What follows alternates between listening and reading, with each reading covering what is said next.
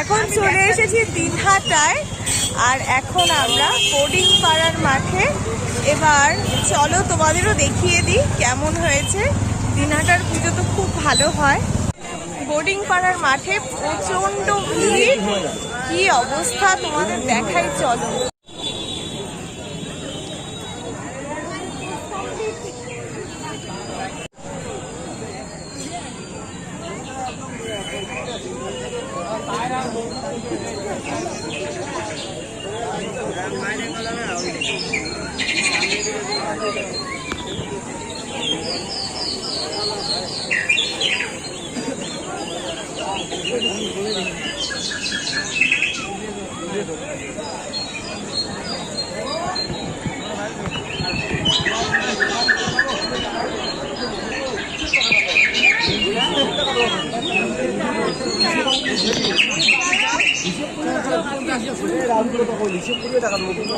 ভালো আছো? হুম।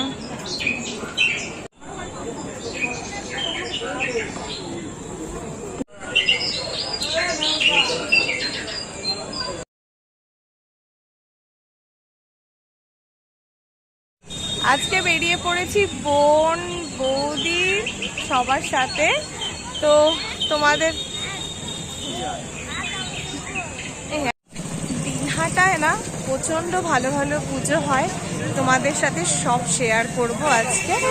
এখন দিনহাটার মদন মোহন বাড়িতে চলে এসেছি, তোমাদের দেখিয়ে দিই। দিনহাটার সব পুজোগুলোর মধ্যে কয়েকটা তো অন্যতম, তার মধ্যে মদনমোহন বাড়ি প্রথম সারির দিকেই পড়ে।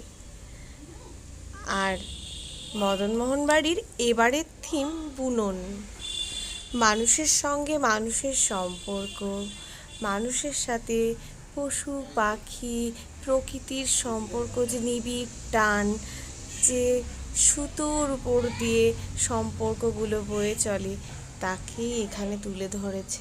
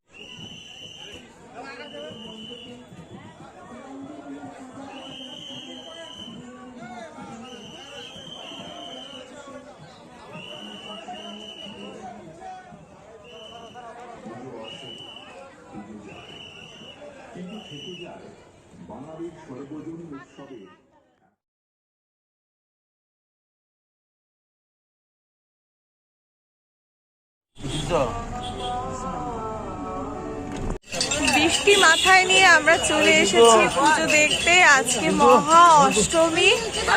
আজ আমরা চলে এসেছি থানাপাড়াতে, দেখি কেমন হয়েছে। চলো তোমাদেরও দেখিয়ে দিচ্ছি। পেছনে বাবা, বাবান, মা।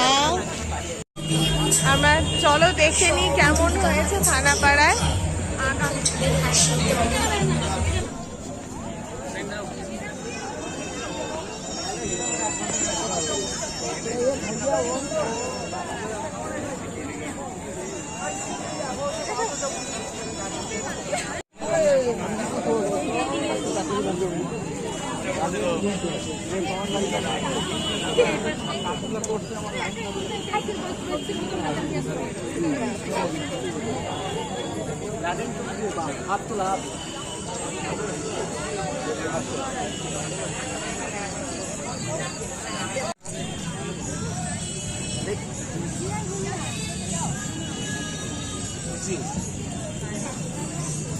বাবা, মা, বাবান, যে বোন,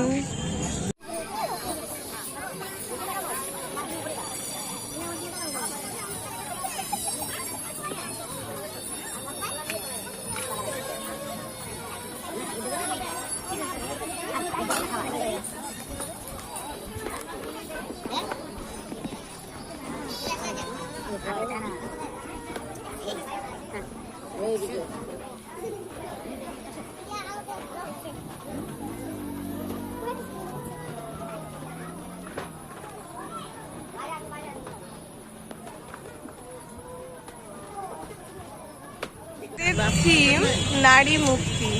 আমার তো খুব ভালো লাগলো, তোমাদের কেমন লাগলো কমেন্টের মাধ্যমে জানিও।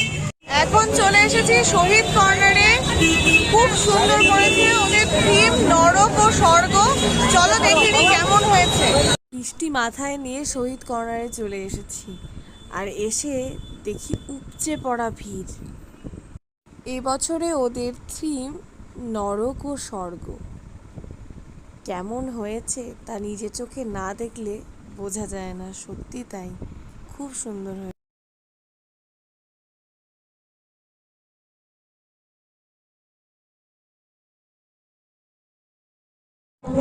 এই পোর্শনটা নরক, কালো দেখো, এরপরে আছে স্বর্গ। চলো দেখে নিই। হ্যাঁ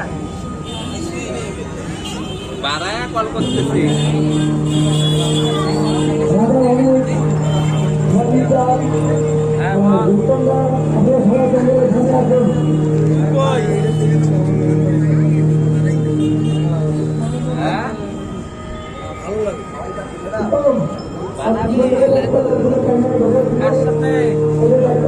পোর্শনটা স্বর্গ।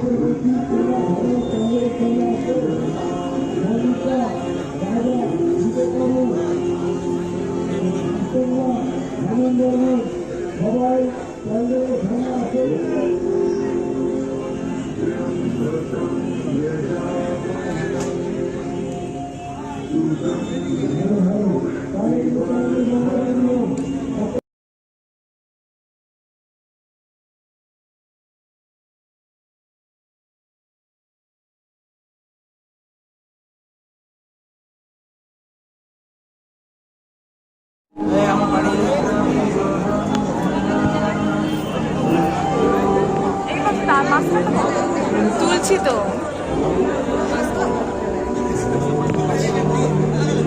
এত ভিড় হয়েছে না, আর হবেই তো, এত সুন্দর ওরা করেছে, খুব সুন্দর হয়েছে স্বর্গ নরক থিমটা।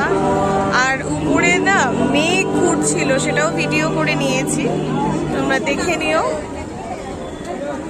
খুব সুন্দর হয়েছে, মানে এক কথায় অসাধারণ। হ্যাঁ